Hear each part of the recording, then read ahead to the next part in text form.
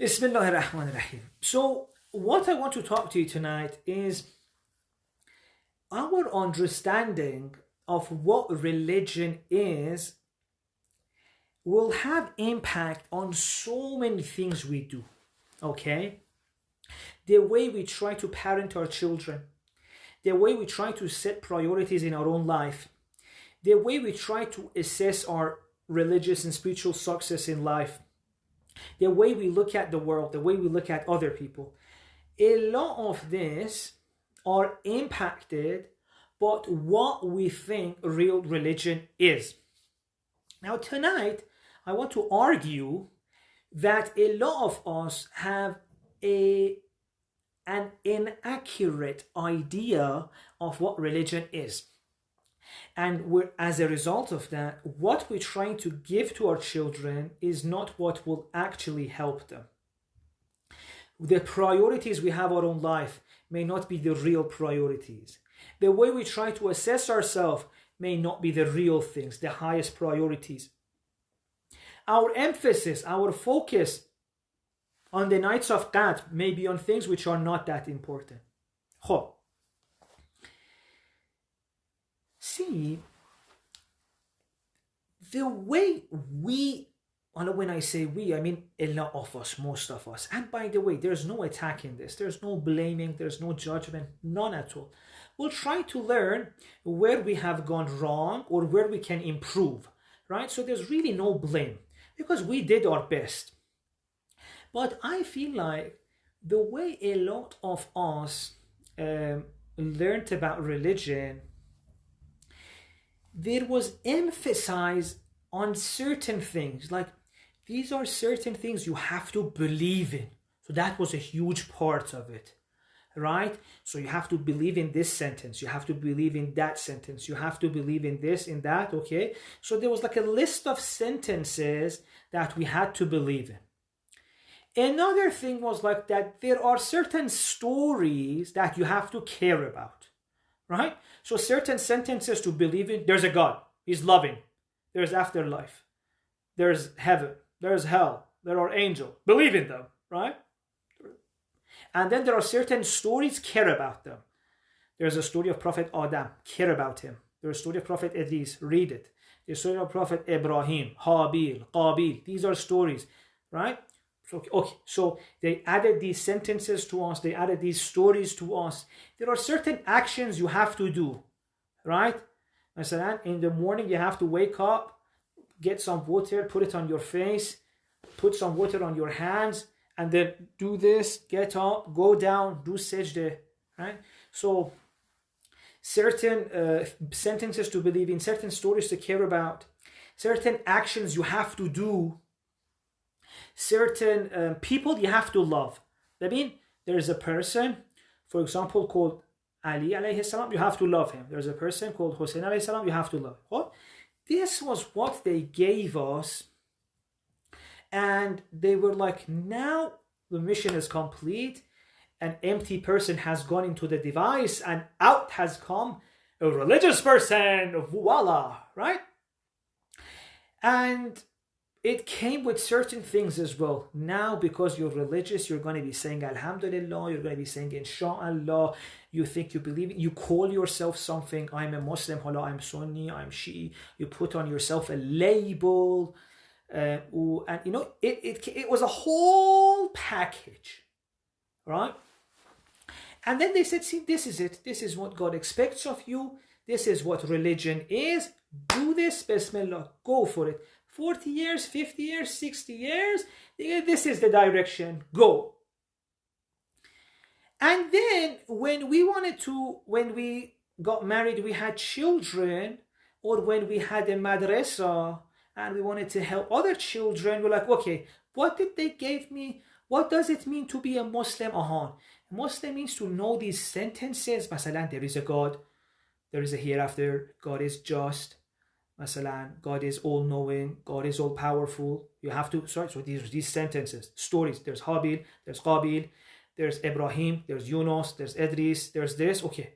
So we're like, oh, this is what they gave me as religion. So now, if I want to have a religious child, okay, let's force this onto them. Let's create a package, give it to them, right? For example, now look at most of these religious books we write for children. What is it? It's a story of a prophet. Oh, this is what happened to this prophet. He went here, he did this, he created a ship. Then, for example, water came up and he had one animal, a pair of each animal. They went on the ship, right? And they went. And your soul says, oh, now I know, for example, Nuh. And we think, oh, we have a religious child now, all right? Or we tell our child, Bebin, Azizam, there is a God. God is all powerful. God is all knowing. And he's all that God is all powerful. God is all knowing. Well done. We have a religious child. We've created another one, right? From the place where we're standing, it all makes sense. This is what they gave us as religion, and we're trying to fabricate it on the next generation, right? But the problem with this is that everything here is external. Everything here is detached from who you are inside. What do I mean by that? I mean that you can believe in all of these sentences. There is a God, there is a hereafter, there is hell, there are angels, there's prophets. You can believe in all of that in this way. You can know the stories of all the prophets better than I know, and at the same time be an angry person, be a judgmental person, abuse your wife, break your husband's heart, hurt your children, abuse your children, right? And for us, we don't get shocked. Yeah, that's natural. This person is religious. They just have an issue. They just have a problem, right? We don't feel like this doesn't make sense. No, this is very natural. Yes, you can be a religious person and then, yes, hurt people, abuse people, lie to people, go marry someone and then leave them, marry someone and then cheat on them, lie to them, break their hearts, abuse them, do this, do that. No, this is okay. As long as you believe in these sentences that there is a hereafter, there is a hell, there is a death. As long as you know all your prophets, you're fine. As long as you're praying, as long as you're fasting, you're fine, right? But what we don't realize is that all of these things are external. You can be a totally cruel, angry, jealous person inside and still believe in all of that, right? So it seems like we have mistaken real growth, which can only take place inside, with certain things outside which were meant to help create that change. We have made a mistake, right? We've made a mistake with what was the goal. The goal was for you, for me, to become a better person. And that can only happen inside me. No matter how many sentences I believe in, as long as I'm angry to my wife, as long as I hurt my children, it means nothing. As long as my life hasn't changed one bit, no matter what you put on top of me, you put all the beliefs in the world, all the stories in the world on top of me, make me get up, go down, bow, pray, fast.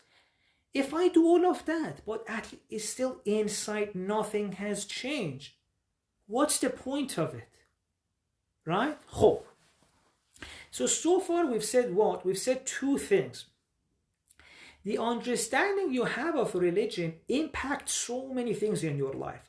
The way you assess yourself, the way you parent your children, the way you pass on children, the way you so many things.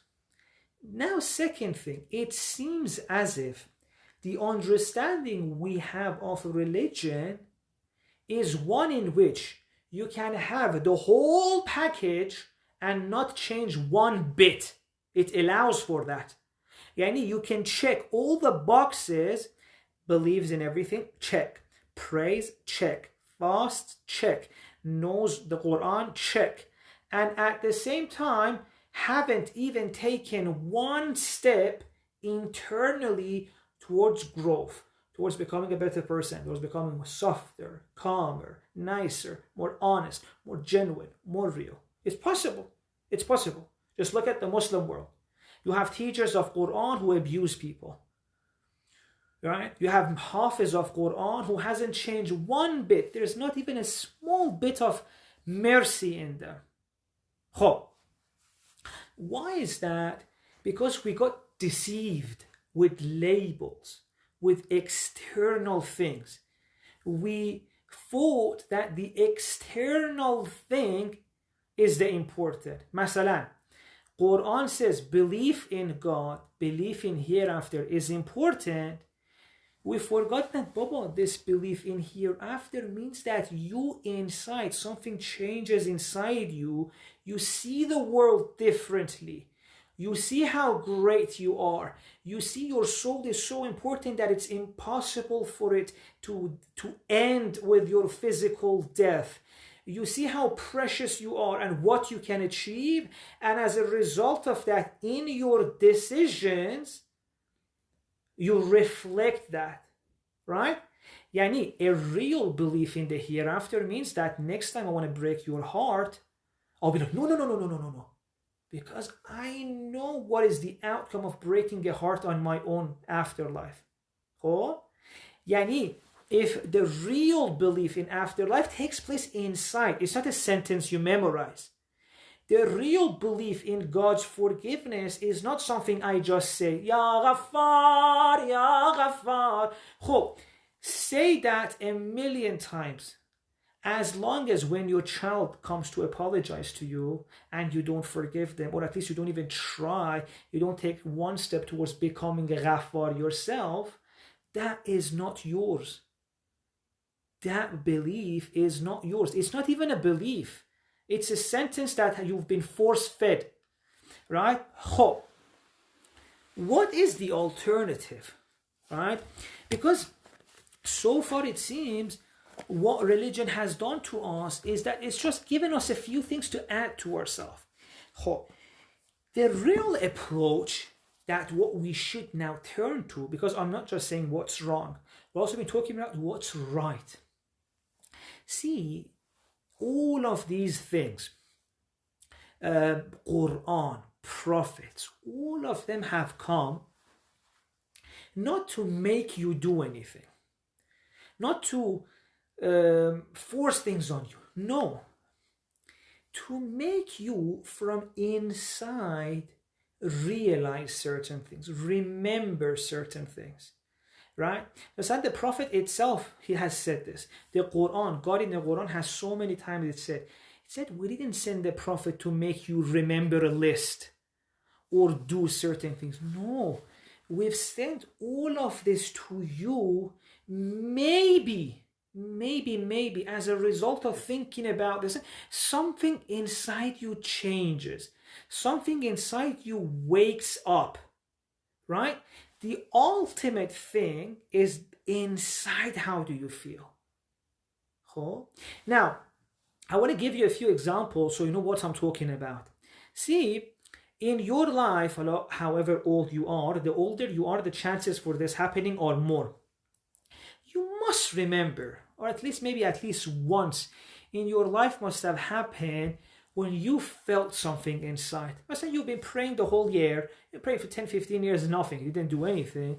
But then 1 year, there's something happened inside you. For whatever reason. Masalan, maybe you went on Hajj, maybe you went for a ziyarah, maybe it was a month of Ramadan, maybe you sacrificed for something for someone.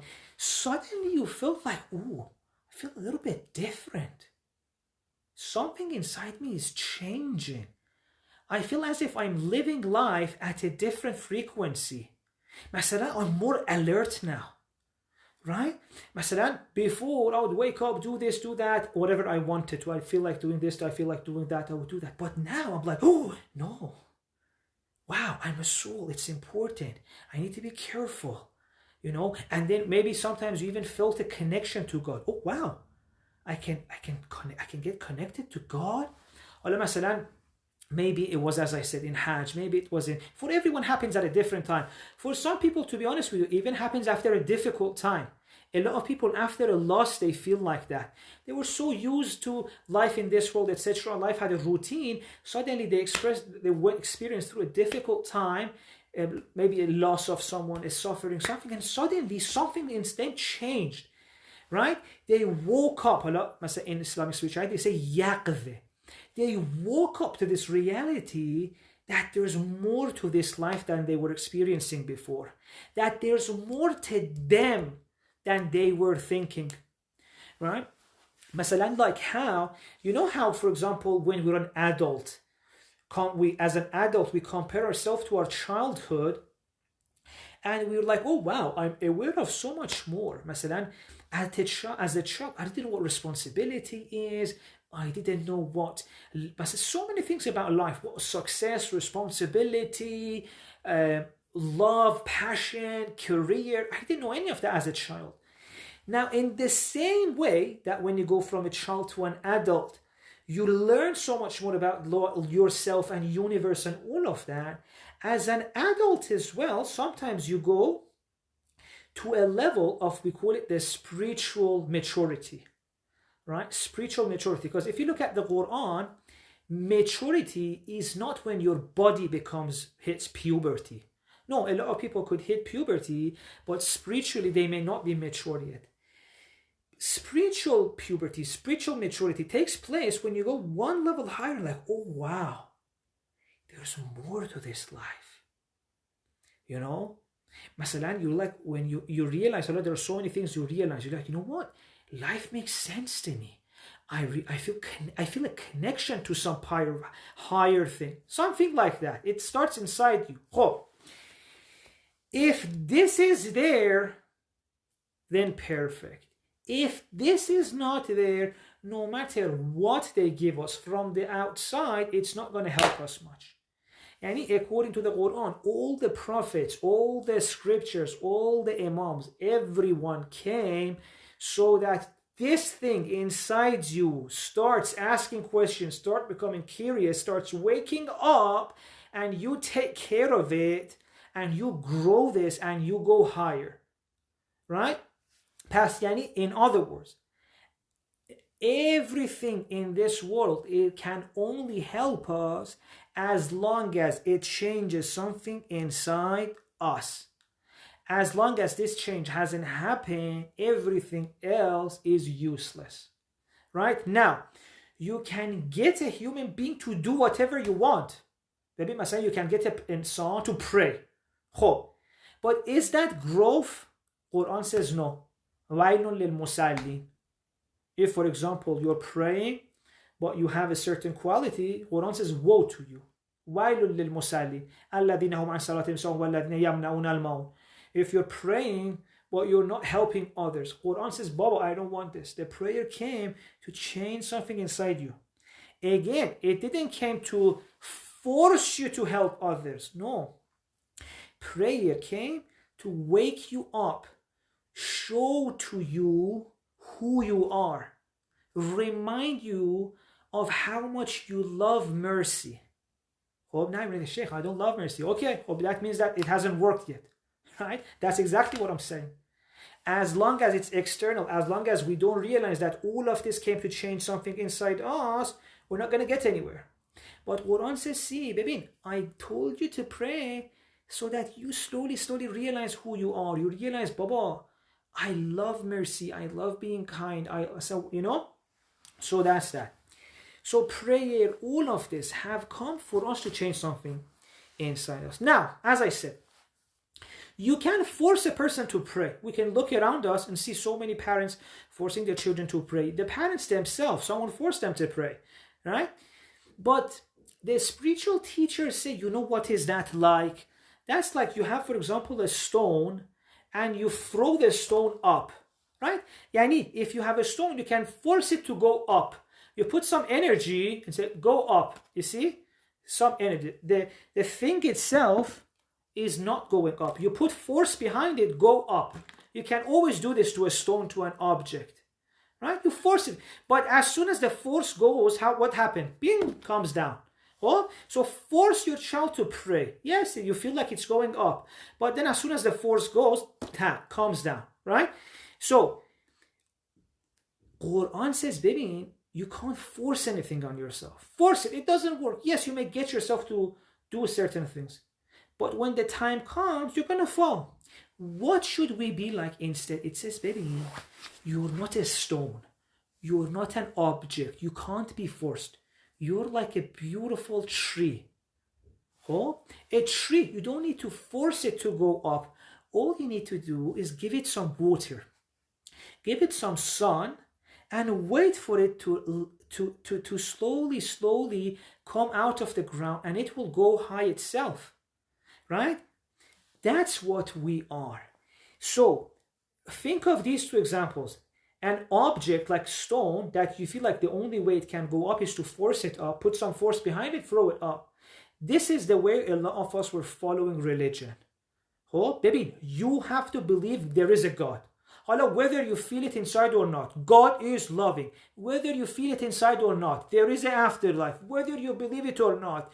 نمیدونم care about Habil and Qabil, care about Nuh, care about Idris, whether you know why or not. You're a child, love Imam Hussein, whether you know why or not. They force it on you. Or another type in which it says, baby, no matter what I do, I cannot make you go up. Only you can do that. Even Prophet can't do that, right? We have to get the story of Prophet Nuh and his son. Even a prophet couldn't get his own son to grow. Because it's at the end of the day, it's up to you. All of the prophets, scriptures have come to create the environment in which something inside you wakes up, learns that you are way bigger than the life of this world, so you take care of yourself and you grow. Like a tree. I'm not going to force you. I can just give you what you need. I can give you water, I can give you sun, and then it's up to you. If you can grow, and without any force, you will grow and go high on your own accord. And a tree, when a tree goes high, a tree will never come down. It's not like a stone. Stone, throw it up, will come down. But a tree, when a tree goes up, it will never come down. Right? So, let's recap what we're saying. Everything in this religion, all the prophets, all the scriptures, every single thing in this world, in fact, as we discussed earlier on today, in the banter, every single thing that happens to you in your life, the smallest things, what your neighbor tells you, when you wake up in the morning, the dream you watch, everything that happens in your life are signs there from God for you to slowly wake up and start asking questions and realizing certain things. Oh, maybe there is more to me than I think. Maybe I am. Maybe there is more to this world than just, study, get a job, get married, have children, and then die. No, maybe there is more to me. It just wants to get you to start asking this question, get you to start getting curious. And then from that, it slowly tries to build up on that. مثلا it tells you, baby, you as a soul, you will never be satisfied with what is in this world. You always want more. And that's not a bad thing. That's one of the most beautiful things about you. You want everything. You don't want more. You want it all. Look around in this world. Go and explore. Do you think this need you have inside for all? You want everything. Right? Let's say, مثلا, isn't it nice to have a loving partner? Well, isn't it nice if they had more love? You say, yes, I want more. And then slowly tries to get you to think, baby, you don't want more. You want it all. You want all the beauty. You want all the knowledge. You want all the peace. And that's great about you. Go explore. Bismillah, go and explore. Right? So, مثلا, God may put success in your life. You go and explore and succeed. You succeed, a good career or a job. And says, go, follow. Come on, more. Go for more. God will help you succeed. Oh, beautiful, more. And then, why? Because God wants something inside you to wake up. مثلا, you go 20 years, 30 years, 40 years, like, Hope I want more, but now I'm looking at this world, it seems like it'll never be enough. And then God will be like, yes, yes, we got him to feel this. The sheikhs and the minbar, the books had told him, baby, this world will be never enough for you. But that was external. He hadn't felt it. It was useless. He had to go out there, or she had to go out there, 20 years, 30 years, 40 years, become successful, go up the climb. And he climbed that ladder in the hierarchy, promotion, promotion, promotion, promotion, promotion. Maybe one day, after all of that success, he looks around in the world and says, you know what, I became the CEO, but still it doesn't feel good. God says, yes, that's what we wanted. This small thing inside, that maybe this world is not enough. That's the first sign that you're starting to realize how great your soul is, how important you are, how big you are, how special you are, that you're so special that you can, after years and years of success, becoming the most successful CEO in the world, you look and say, I feel like this is not enough. Oh, this is not enough for you. What are you on about? Yeah, I feel like I'm greater than all of this. I want more, right? Hope. That's what we're talking about. All of these religion, everything has come to make something like that wake up in you. That's one way. For every person, God has a different way. For someone, it could be, you know what? You want love. Yes? Imagine religion, all of that coming to tell you, oh, you have to fall in love with God.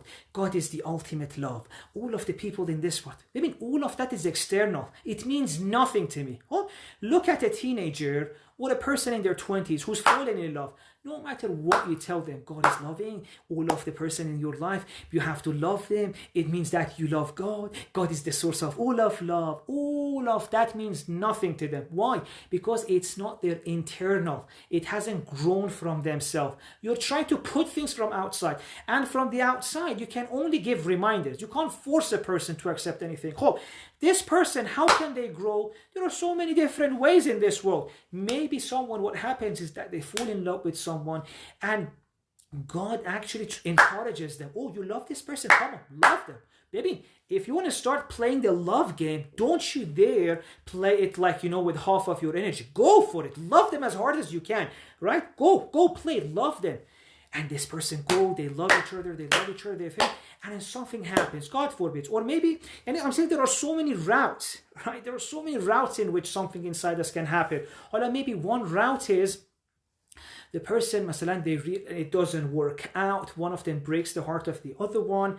And then this oh my God, I showed all of this love to you and you break my heart? How is that possible? The person goes through a whole crisis.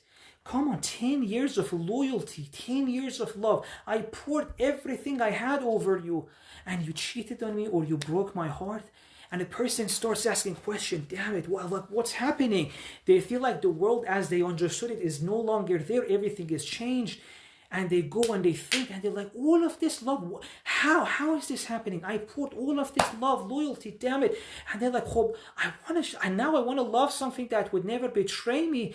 Okay, is there something like that? No, you know what? There's no love in this world. I've seen so many people like that. After a few heartbreaks, they're like, you know what? Love is overrated. Damn it, I'm no longer going to fall in love. Oh, God says, okay, you were getting close, but now you started another game, right? You tried love. You got heartbroken. Now, instead of changing the object of your life and thinking, oh, maybe there's another love, you say, okay, screw love. God says, okay, you want to play that game? Bismillah, play that game. Go all the way in. You say love is overrated. Okay, now become cold. Create barriers. Never allow anyone to come close to you. Okay, play that game. Keep people out of your life. Keep people at a distance. Be cold to them. Now, play that game 2 years, 3 years, 4 years. Focus on your career, right? Never allow anyone to become close to you. Go all the way. Play that game. Play that game. And then what happens? 4 years, 5 years, 6 years, 7 years down the road, you realize, okay, now no one's breaking my heart. I didn't allow anyone to come close enough to break my heart. And so in that way, I'm safe. But damn it, who's there to love me? I want love. I feel lonely. Hope I want something. So I want love, but I don't want a love that breaks my heart. Right? Okay. Now we have something to work with. Right? Now slowly, something out of that may grow.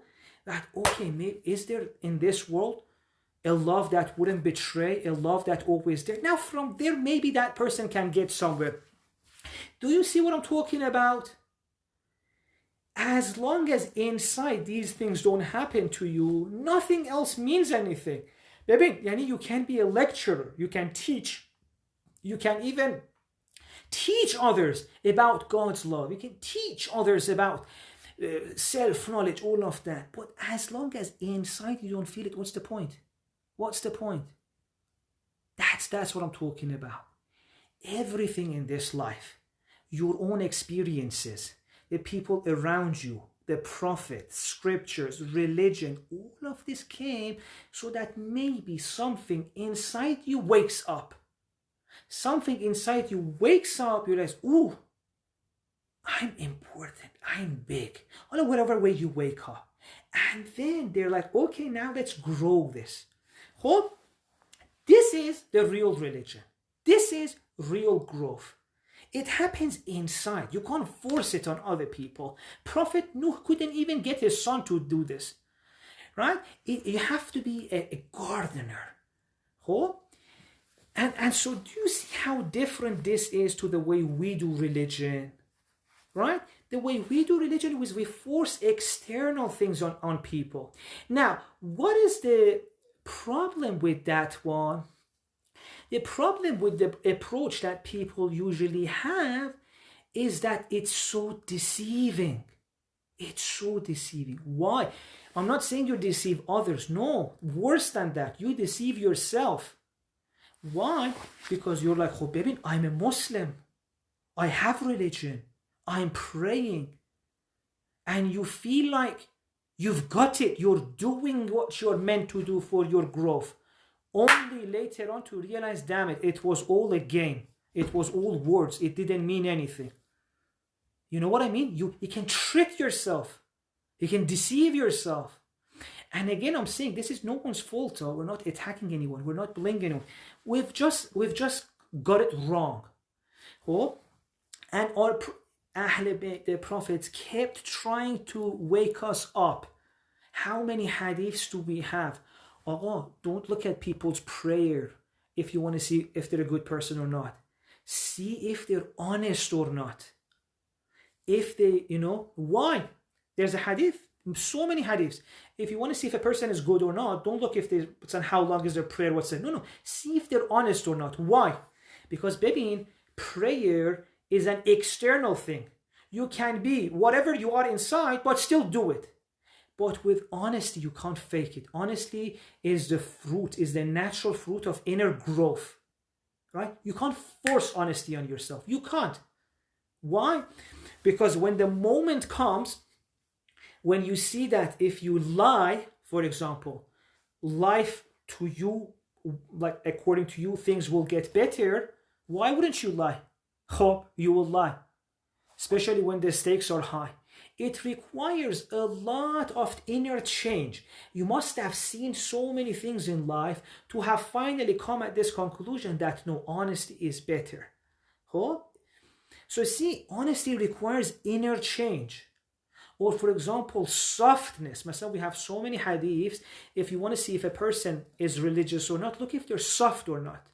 Because softness is not something you can force on yourself. No, it requires a real inner change. Right? خب پس یعنی our Ahl Bayt have told us at the end of the day, if you changed inside, you've got it. If you didn't change, no matter what you do, what you say, what you believe in, it's not going to help you. And if you think it's going to help you, it's so bad. Because now you think you've got it, so you won't spend time on changing inside. Right? Masalan, I've said, so many of us, if we were never told about religion, we would have found God by now. Believe me, so many of us, if they hadn't given us religion, by now we had found God. But unfortunately, what happened is that they told you, focus on these things, which no matter, even if you focus on them for 100 years, you'll never get to God. So, because you think this is the address to God, you're never supposed to explore other areas. Right? So let me give you this example. I use this analogy to explain what I'm saying. Imagine you're in a room, in a very large, dark room, and you want to get out. Hope there's only one door. You're in a very large, dark room. You want to get out. There is a door, but you can't see where the door is. Hope. Now, think of it like this world. We're in this world. They tell us there is a God. We haven't felt him. They told us, Insan, there's more to you. Hope. I've never felt that. You're telling me I'm greater than this universe? Well, mate, I don't think so. Right? None of us feel so. We're letting our life go for the smallest things. Look at us. What are we wasting our life for? For some small things. Masalan, Jawad, be nice to yourself. Why should I be nice to yourself? I'm not worth it. Jawad, do you know who you are? You're أتحسب أنك جرم صغير وفيك انطوى العالم الأكبر. A greater universe is within you. Like, okay, Sheikh. Again, okay. I don't feel it, right? So we're in this world. They tell us certain things. Oh, there is a God. There's love, unconditional love. I'm greater. There's peace. All of that. I've never seen that. So it's as if we're in a dark room, trapped. We can't see. We can't see we're greater. We can't see God. And then someone comes and says, there is a way out.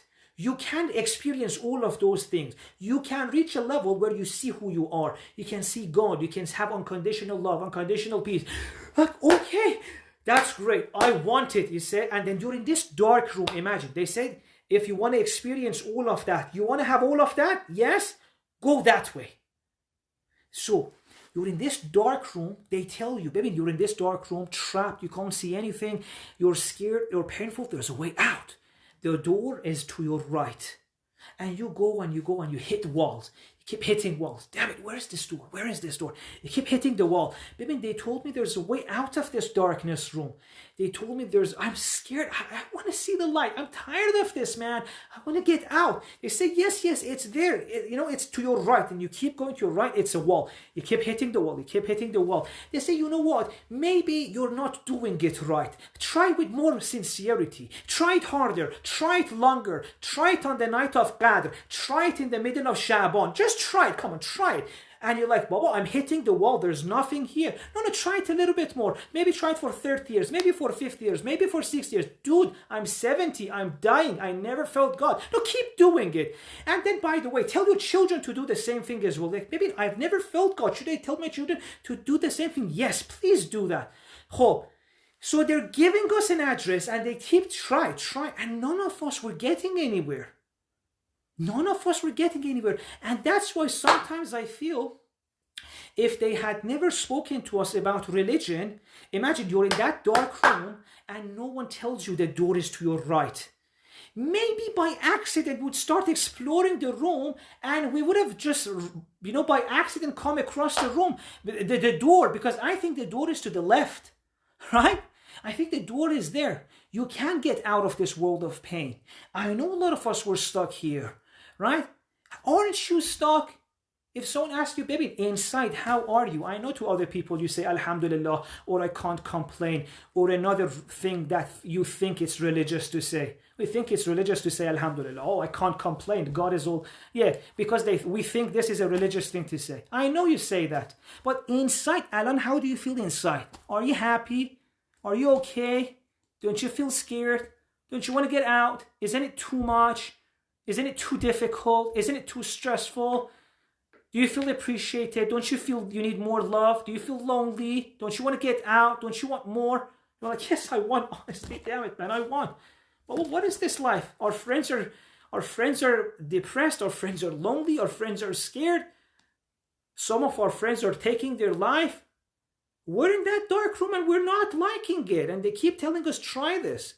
Well, it's not working. None of us goes out. At least show me one of us who managed to get out of this room and say, baby, it's possible. Baby, I found God. I'm calm. I'm happy.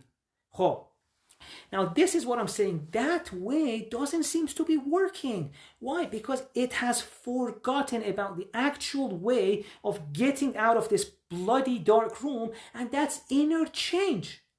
Inner change. Aga, read all of Quran. Pray 4,000 years.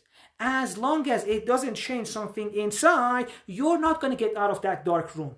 What is that dark room? This world, the way you see it right now. separated from God, left on your own. Even your family members may not get you. Right? It's you separate from God with all the burdens of being a human being, with no support, at least not how you can feel it. Hope. The only way for this to change, the only way for you to feel connected to God, to get out of the fear, to get out of the loneliness, to feel courage, to feel connection, to feel love, is for you to change. The world is not going to change. Maybe that love, that connection is already there.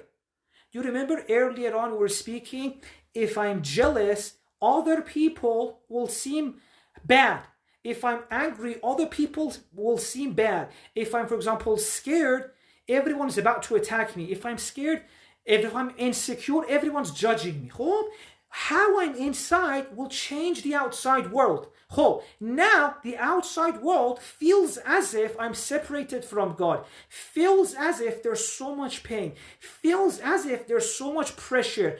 How can I change that? By changing my inside. If I'm insecure, the outside world seems like everyone's judging me.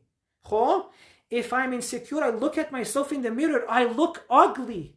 Once I change that, I will look in the mirror and enjoy looking at myself. So, if you want to look at the world and see God everywhere, if you want to look at the world and feel connection, if you want to follow that verse of the Quran that says you can reach a place where la khawfun alayhim wa la yahzanun, there will be no sadness for them and no pain, what does need to change? Inside. Inside.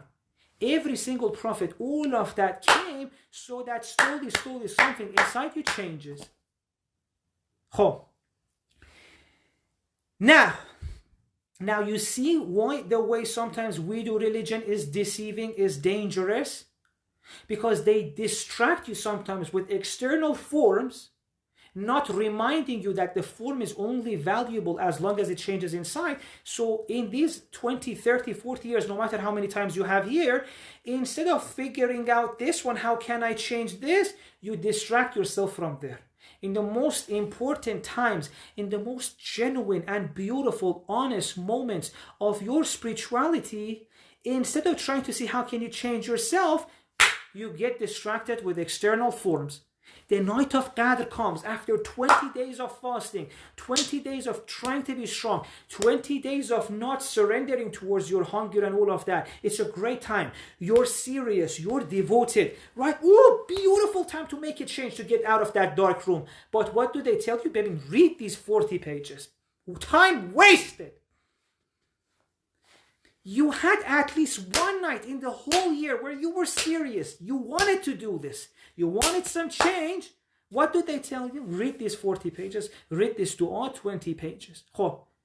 By the time you're done reading that, the day you don't have any energy to think, am I going to change inside or not? Night of God comes and goes. You're the same person. Inner change didn't happen. Opportunity wasted. Again, another year, stuck in that dark room. Next year, stuck in that yard. Next year, stuck in that dark room. And then it's natural. You look back and you're like, you know what? Islam is not a big deal anyway. And what does it do? We did everything. We did nights of Qadr. We did all of that. But honestly, not much happened in our life. We're as scared as any other person. Muslim, atheist, Christian, I don't know, whatever. We're all the same. Not much has happened. Well, obviously. Right? Now look at the way, for example, Lady Fatima is speaking about it. I said, Lady Fatima says, Baba, you pray to change something inside. وَالصَّلَاةَ تَنْزِيحًا عَنِ الْكِبْرِ. Right? If you look at the teachings of Ahl Bayt in the Quran, every time they could, they said, everything you do has to create a change inside. Otherwise, it's useless.